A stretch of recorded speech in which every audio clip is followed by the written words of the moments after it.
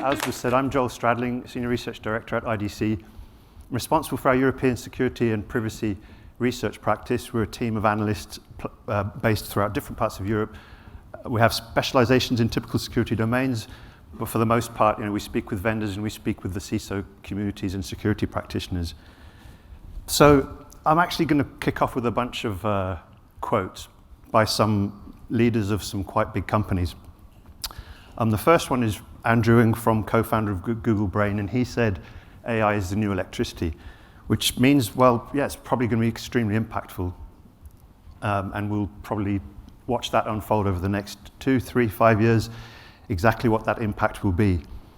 Then Jeff Bezos, another leader of a fairly large company, said that AI will enhance the ways humans experience the world.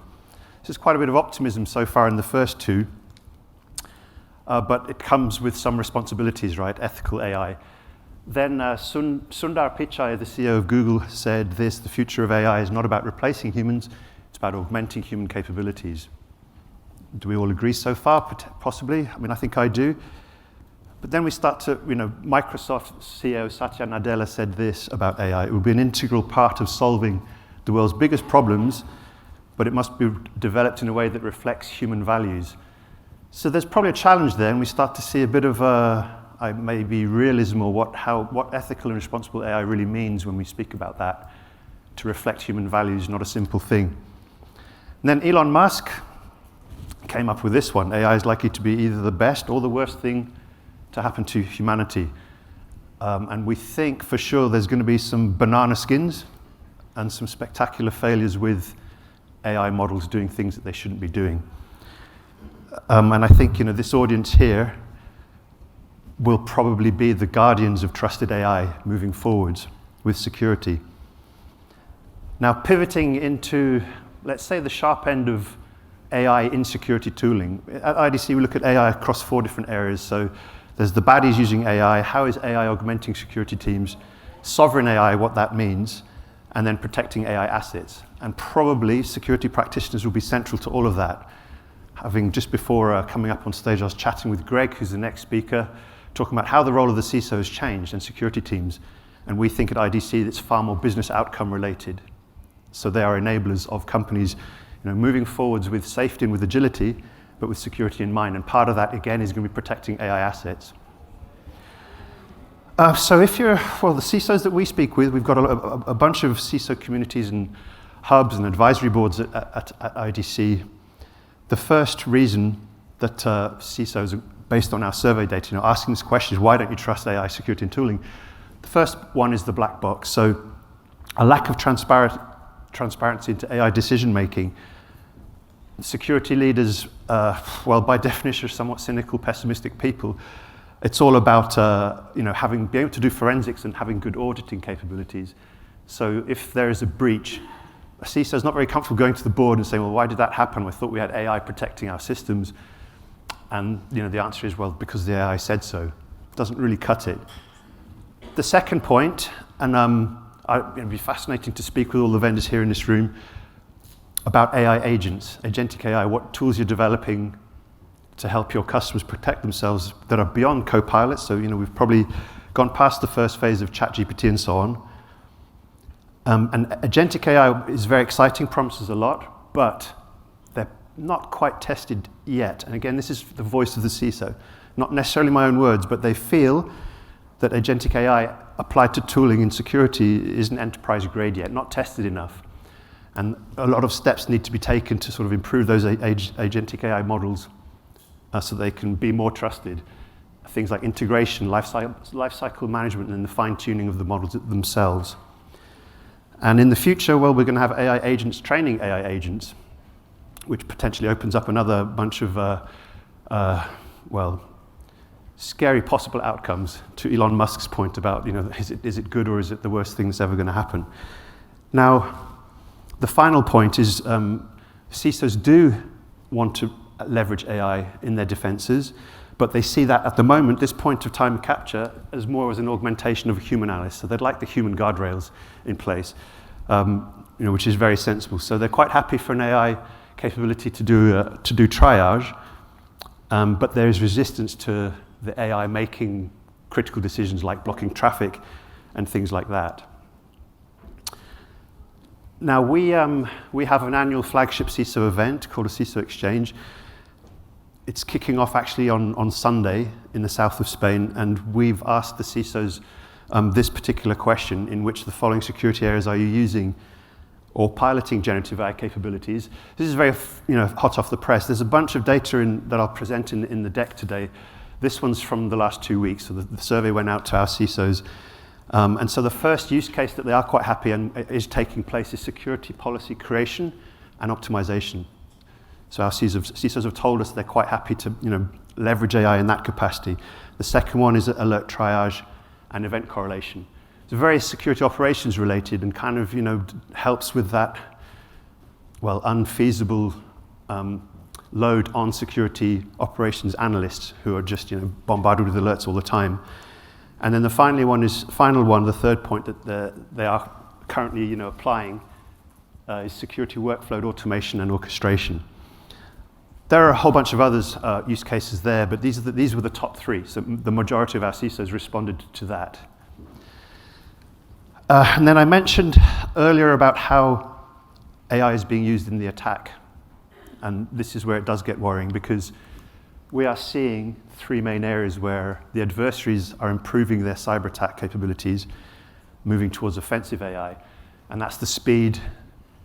And with that, I'm referring to how, from an initial access, the process to navigating a network, achieving lateral movement, identifying where the important data is and exfiltrating it is reduced, and it's all automated.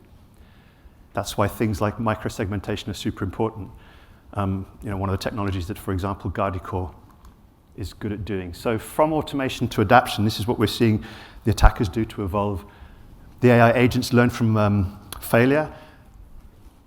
In Europe, we're quite regulated, or focused on governance, frameworks, and rules.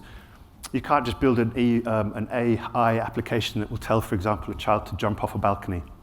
But on the attacker side, there's no such rules in place, right? They're not held to account to anybody, so they can do what they want when they develop AI capabilities. Then on the precision side, we're seeing very great accuracy of the attacks, and where once the initial access is made, how the adversaries are able to identify where the valuable assets are and compromise the client.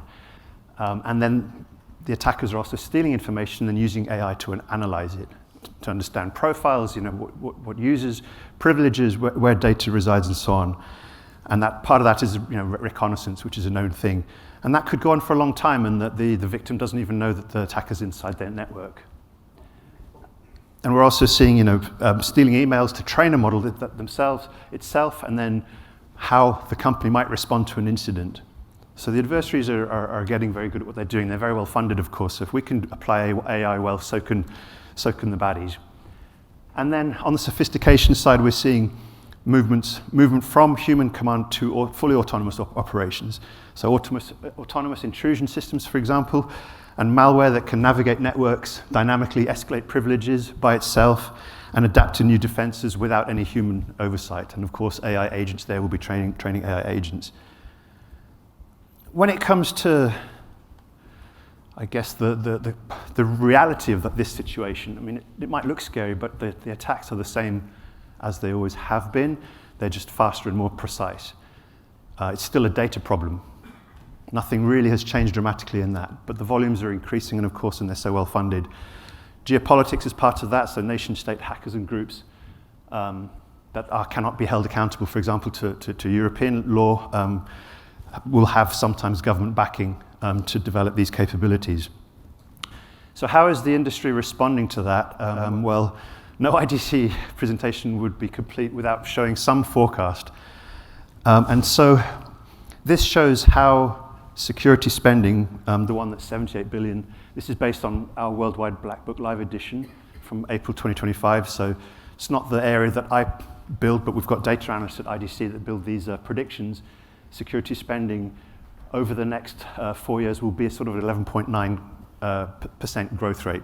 Used to be slightly higher, so the growth has lowered, but spend is going up still.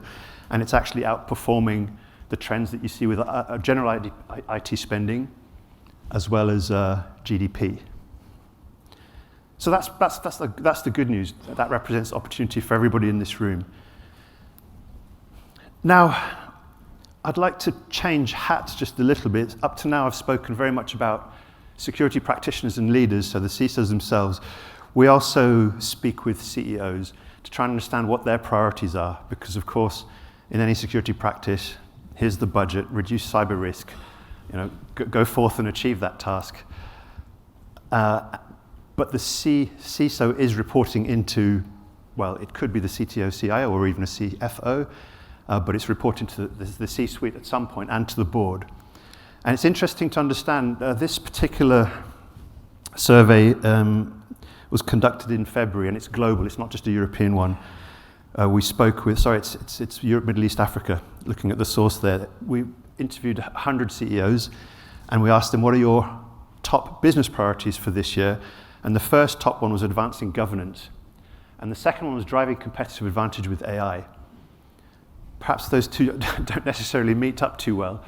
But the advancing governance bit is good news. It means that CEOs are very, very keenly focused on that. And we're going to see that pop up in different ways as my presentation progresses ahead. And then the second question we asked the CEOs that I wanted to share here is, which of the following emerging technology areas is a top priority for new investments over the next 12 months? And the CEOs said that the first one is AI agents for business automation. So they understand that in order to be competitive, they have to move and develop AI capabilities. And then the second one, which is very encouraging, is again CEOs saying the second priority is going to be cybersecurity and resiliency. And I think I'm talking about this with this audience in mind simply because your compass of who you speak to doesn't necessarily have to be the CISO. We think it's changing, and other business leaders or lines of business are interested in investing in security as well. So the persona-based approach is what I'm alluding to there. And then this is a slightly different survey pool again. It wasn't just to CEOs, but it was more on IT procurement people. So some of them could have been on the security side, but they could have been on procuring cloud, IT, hardware, networks, and so on. And so we asked these people, what are your organization's key digital infrastructure-related priorities? And the top one that came out was security and compliance, followed by building for private AI and generative AI workloads. So again, you've got this perspective of a slightly different person, C-suite or IT leader. Encouragingly, in this case, unlike the CEO who put security and compliance in the second place, they're saying that's the top digital infrastructure priority. And again, that increases your conversations possibilities with people throughout organizations. And then when we spoke about choosing a generative AI model and deployment type, we asked, well, the lower one here is the response to the question. The top one is just more of a statistic. 3/4 of companies have already deployed AI or generative AI production use cases. And the second one, when we asked that question, says privacy and security are the leading consideration for generative AI models and deployment type. So again, it's very encouraging, and for security people, this is critical. And once again, the CISO is the one that has to help the company move along to that direction, and we kind of see CISOs as AI champions to a degree, so that any assets that are being built by the company that involve AI, hopefully are coming across the security leader's desk at some point. Now, this next set of information is also from the CISO exchange attendees, just the pre-event survey, so it's very fresh data from just 3 weeks ago.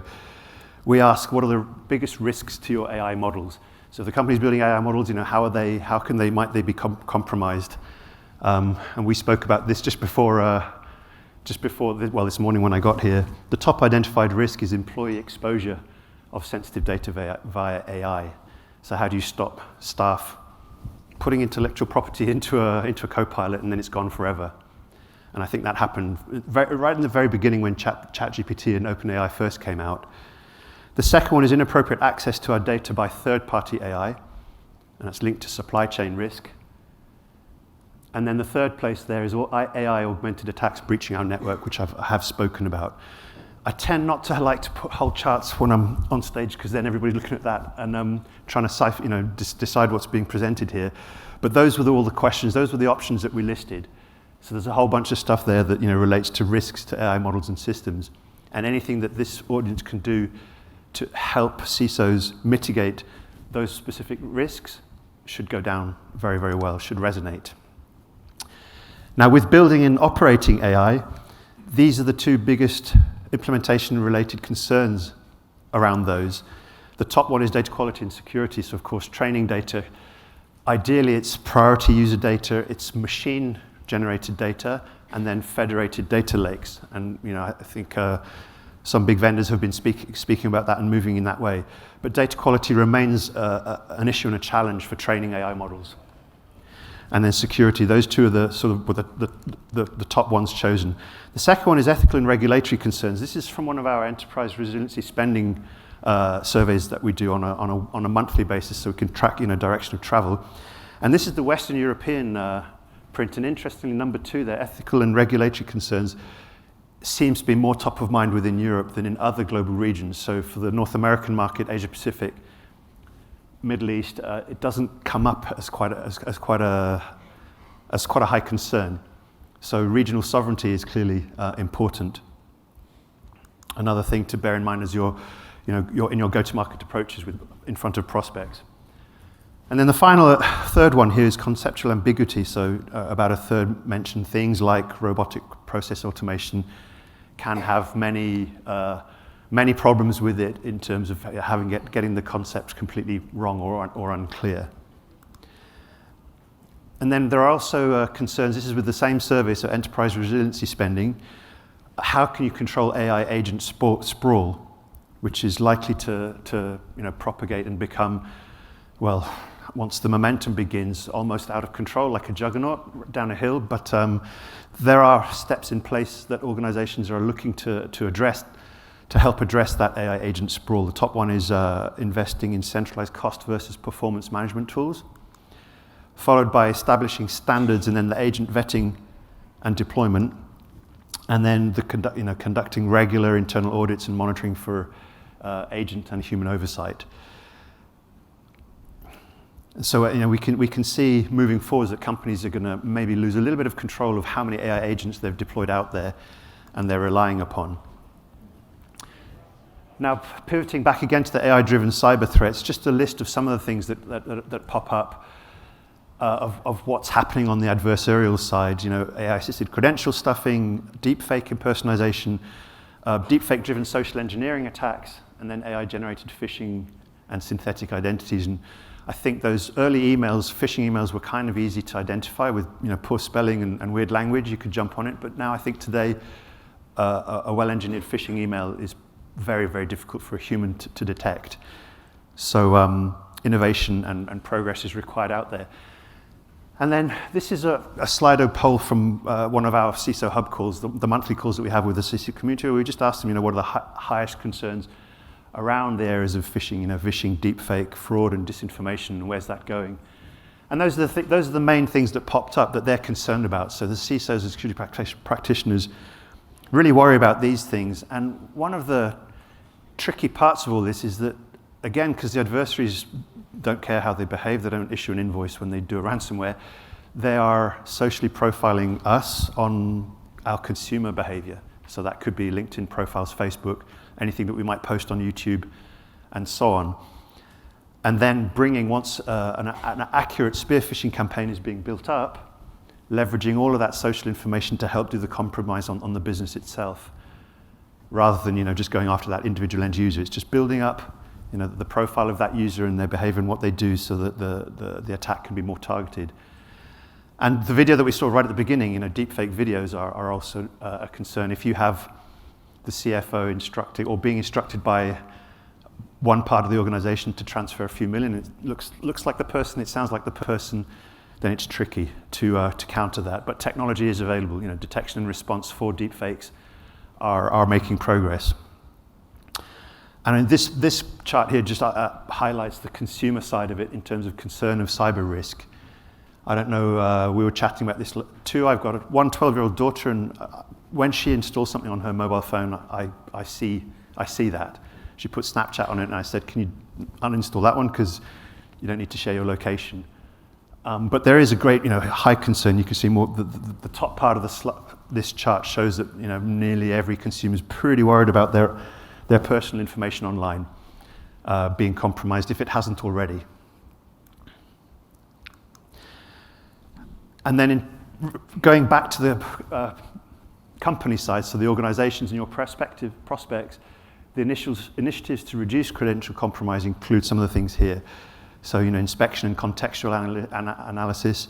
Context is everything. Context is king, actually, in cyber today, and I think we're moving that way.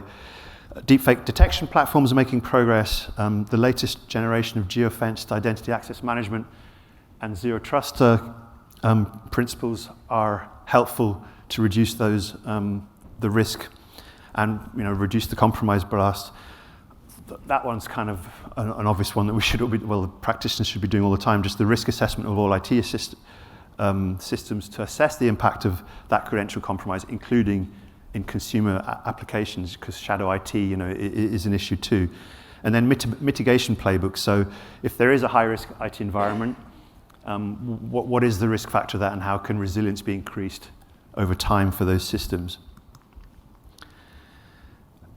Now, this is this data chart here shows we've got an annual big survey that we do in Europe, and there's 800 security practitioners that respond to this.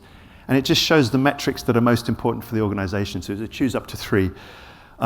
Compliance with security policy regulations came up top. Interestingly, time to detect and respond came in second place as a second top priority. And things, for example, like Infinigate's vector are important for the detect and respond side, for help mitigating that type of risk, followed by patch management and vulnerability remediation. So patch management, God, ho-hum, that's a bit boring. Didn't we speak about that 10 years ago? But it's still an issue. And those vulnerabilities not getting fixed, even when they're discovered 6 months down the line, that patch and vulnerability still exists. I don't think any of the other things down there, just because they're lower down, are any less important. But again, these are the metrics that the CISOs are focusing on, and those might be some of the things that they will be able to then report to the board and the C-suite about. And I wanted to show it because in case your prospects are doing that conversation and your technology assists with that, then that helps your customer achieve a goal that they're trying to achieve.